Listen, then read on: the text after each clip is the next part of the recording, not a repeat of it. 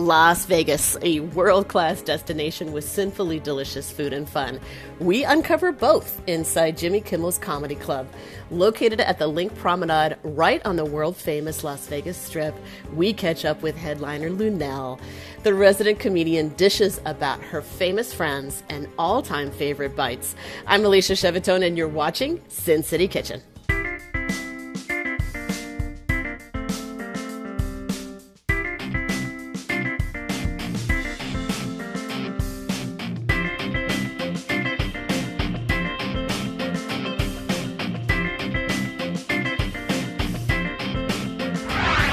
Meet the man who makes your experience at JKCC unforgettable. Davey Galvin is the assistant GM and food and beverage host. Today, Davey will talk about what makes the Comedy Club and its most popular menu items so unique and perfect for Las Vegas. Davey, thanks so much for having us here. Welcome to Sin City Kitchen. It's great to be back here at the club. It's a pleasure to have you. Thank you. You know, the first time I was here, someone told me that this bar area and the living room area is actually a replica of Jimmy's house. And I just want to see, is that actually true, or was someone just messing with me? Nope, that's absolutely true.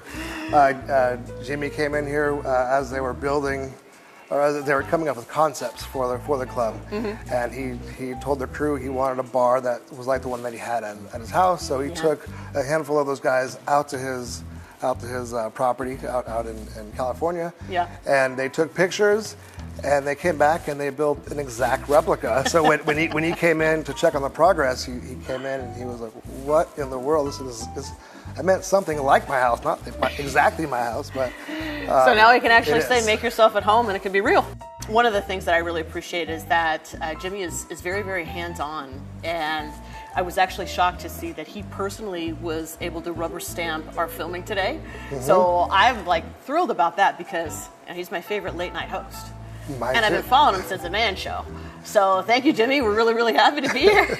No, he's very hands-on. Yeah. Everything on the menu has been approved by him. Mm. He is a foodie himself. Yeah. He the first time I met him, he was when we first opened. He arrived in his suit, like he's just looking like a 10, and comes in the kitchen. Got his hands dirty. He actually made us pizza, and wow. He loves pizza. That's like one of his big things. Yeah. So he was a gentleman. He says, let me show you how I like to make them. Yeah. He pulls out our crust and he makes it, and of course it's the best pizza you've ever seen, right? So no, he's definitely heavily involved in what we do here. And I appreciate you mentioning that because a lot of people probably don't know that Jimmy Kimmel is really, really into food, and that this is not only just a hot spot for comedy, but it's also a culinary destination for locals and for tourists. Whether or not you have a ticket to see the show, you could actually come in here and eat. And I was curious why, because most celebrities would just buy a restaurant down the street and have two different concepts. So why was it important for Jimmy to have both concepts, really, really good food, great comedy under one roof? Well, first of all, he's from Las Vegas, mm-hmm. and he wanted to have a comedy club where local talent could come and perform. Yeah. Where also locals could feel comfortable coming, because some clubs, like back in New York or San Francisco, mm-hmm. could be little seedy clubs. That wasn't the idea. He wanted a place where everyone could be comfortable. Yeah. And then food, it just kind of comes with it, because food's a very communal thing, and just like comedy brings people together, so does food. And I think those are probably his two favorite things. That's fantastic, and actually I would love to be able to keep talking in general, but the food is smelling so good and it looks so good that I just actually want to jump in a little bit into some explanations about what you brought us today, what you've prepared. Please take us through these dishes so that I can eat. Sure. So we have our chicken fingers and our brisket sliders. Our chicken fingers are our number one seller. Mm-hmm. People come here just for the fingers, which is fantastic. We brine them for about 48 hours. We hand bread them, fry them to order. We serve them with 4 different sauces. You can choose which sauce you like. We have our barbecue, our sweet chili sriracha, homemade ranch, and house-made buffalo. Wow. These are definitely, you're not going to find another chicken finger in the city like these. Well, and last time I was here, I actually heard that some of the staff actually went from restaurant to restaurant tasting different chicken fingers and reported back on what they like, what they didn't like, so that you guys could actually perfect the recipe, which is amazing. That's a lot of R&D, folks, that's gone into this. So I can't wait to taste a lot of thought went into making our chicken. We did. We went up and down the promenade, up and down the strip, high-end restaurants, local bars, and we just decided that we can make a better one. Yeah. And then so. Congratulations, too. And how about the sliders? The brisket sliders, this just kind of came about on a whim one night. We were just talking about we needed some sort of sandwich on the menu. And we loved this particular brisket. So I said, let's see what a brisket slider would taste like. Yeah. It's very simple. It has dill pickles, the barbecue sauce with the brisket, our coleslaw with just your traditional creamy coleslaw dressing. My favorite. And then we toast the bun, and it goes out just like this. Amazing. So thanks so much for joining us, Debbie. Coming up next, we're going to see the woman herself, Luenell. Come on back. Coming up on Sin City Kitchen, the original bad girl of comedy, Luenell. I cannot wait to eat more of this outstanding food, and I invite you all to come down to Jimmy Kimmel's Comedy Club to enjoy their phenomenal service and hospitality. And also, please get tickets on a Sunday or a Monday to visit my next guest. Her residency is being celebrated with me right here on Sin City Kitchen next. A place full of hopes and dreams. You get anything motherfucking visit. I like to go, that's why they call it Sin City. I like to go jewelry shopping at the pawn shops out here. These motherfuckers get the finger and they get to pulling out granny wedding ring and shit. I'll be right there to scoop that shit up. Thanks, Grandma. One of my favorite all-time female comedians and food lovers is here today. Luenell is one of the headliners here at Jimmy Kimmel's Comedy Club, and you can get tickets for the Fresh Out of Favors comedy tour happening Sundays and Mondays at 7:30 p.m. Welcome to Sin City Kitchen, Luenell. I'm so happy to have you here. Thank you. I'm happy to be here. Yes, we're at Jimmy Kimmel's Comedy Club celebrating your residency. Yes. Congratulations. Thank you. Very excited to talk to you. And in particular, we have a Northern California connection. I was born in the South Bay. I know you spent many years in the East Bay. We were just talking about the fact that you were up filming your Netflix special, and that the night before that you were at the Punchline.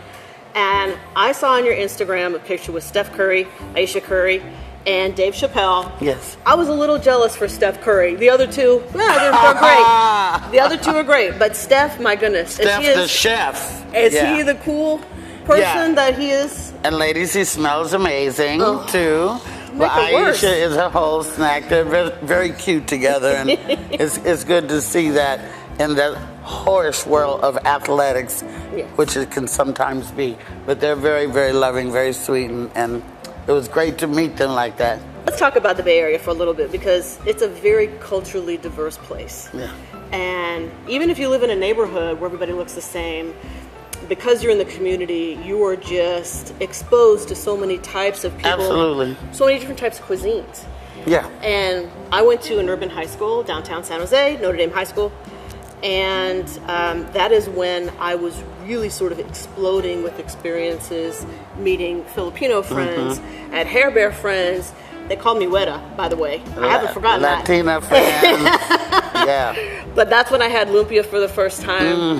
A lot of really good memories from the Bay Area. And I'm just curious, so when you go back home, like you were just back, not that it's home, but when you go back, what's the sort of food that speaks to you when you go back? Well, first of all, this is going to sound trite, but the best hamburger I've ever had in my life come from a little greasy chain in Oakland called Quarter Pound Burger. Wow. The bun that they have has not changed in all these years, even though the chain there's only a few left, maybe even just one. But I went to Quarter Pounder Burger on Christmas Day. Hey. Christmas Day. Who eats a burger? Me. Guess what? Got the munchies, went back, and it was closed for the rest of the day because it was Christmas. I was going to eat 2 Quarter Pounder, so that, and then there's a barbecue chain of friends that I have. Everett and Jones Barbecue is in Jacqueline Square in Oakland, and I go there, and they got the greatest sauce. They got the best barbecue sauce, so good. I could drink it out the jar. You know? That's how good their barbecue sauce is. So, and then in Jack London Square, if you like, seafood and stuff, there's a place called Scott's. Scott's Seafood. There's one downtown San Jose too. Or Oh, there yeah. was. Yeah. I think it's the same people. Yeah. So they're fun. You know, I get around. Yeah, and you've traveled extensively as an actress, as a comedian. You've been all over, and you start to associate food with different places when you're working. I do the same thing, and I'm just if there's a part of the country, part of the world that you like to go to, what would that be as a food destination that always brings you back? And it's like, oh my God, I'm so glad I get to shoot in X place because I get to eat. Well, Atlanta. Because of the Southern cuisine, you can soul get, food? like lima beans you can get. Lima bean, people don't hate on lima beans. Lima beans are delicious. And you can, get grits and stuff and things that you can't get, the comfort food type stuff. But also, I like to go to D.C. and go to, I think it's Ben's Chili Bowl is in D.C. I just like to go for the historicness of it all, and Obama ate there, and the pictures on the wall and the history of it, and of course when I'm in, up in by Maine, have to get the crab cakes, Maryland, that's what the crab cakes, the lobster, yes, when in Rome, honey, wherever I'm at, wherever the cuisine of that place is, that's what I'm trying to see. You eat regional. And that's where the best ingredients are. are. I do eat regional, and often. What advice do you have for women, for people of color, people that are underrepresented in general, no matter their industry, if they're trying to make a change, a cultural change, and bring some diversity to their industry, what advice do you have for those people? Well, I think that nobody's going to listen to you unless they respect you, first of all. So you have to have the respect of the people and people in the industry. You have to, if you're trying to do this, you need to do the things that make people set themselves apart from other people. Be on time. Yes. Be professional. Be courteous. Don't do blow. Don't drink too much and try to know what you're doing. And then when you get the respect of people, you're able to make more suggestions or make subtle movements and things like that. And it's just a little bit at a time. But I believe that Las Vegas knows what the future holds, and the future holds diversity. Las Vegas doesn't really, as far as I'm concerned, I could be wrong. It could still be old school underground, I don't know. But to me, from what I can see, Las Vegas wants the best of the best. Yes. No matter who they are. They want the best chef. Don't care if he came from Indonesia or if he came from Watts or Chicago. Yeah. They want the best of the best, and people are getting a chance to come here and be that. Vegas is popping like popcorn. It's exploding.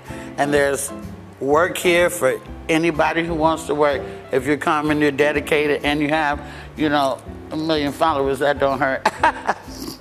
Not me. I do. She does.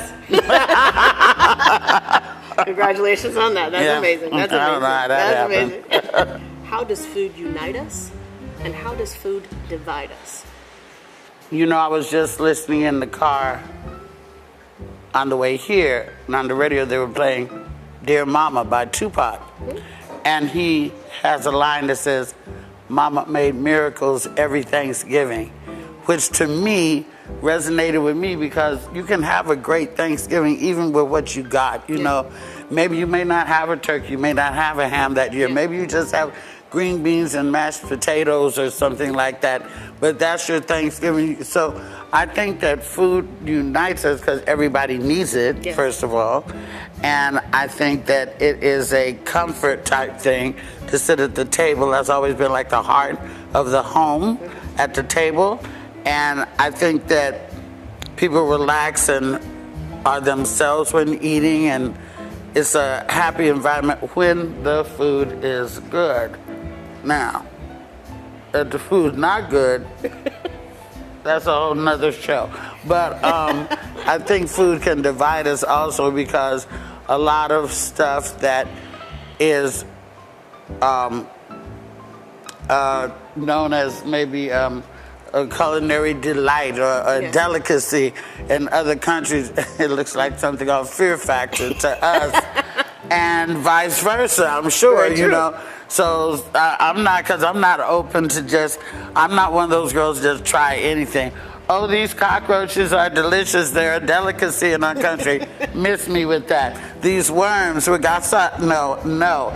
And I saw some stuff on Instagram during the corona.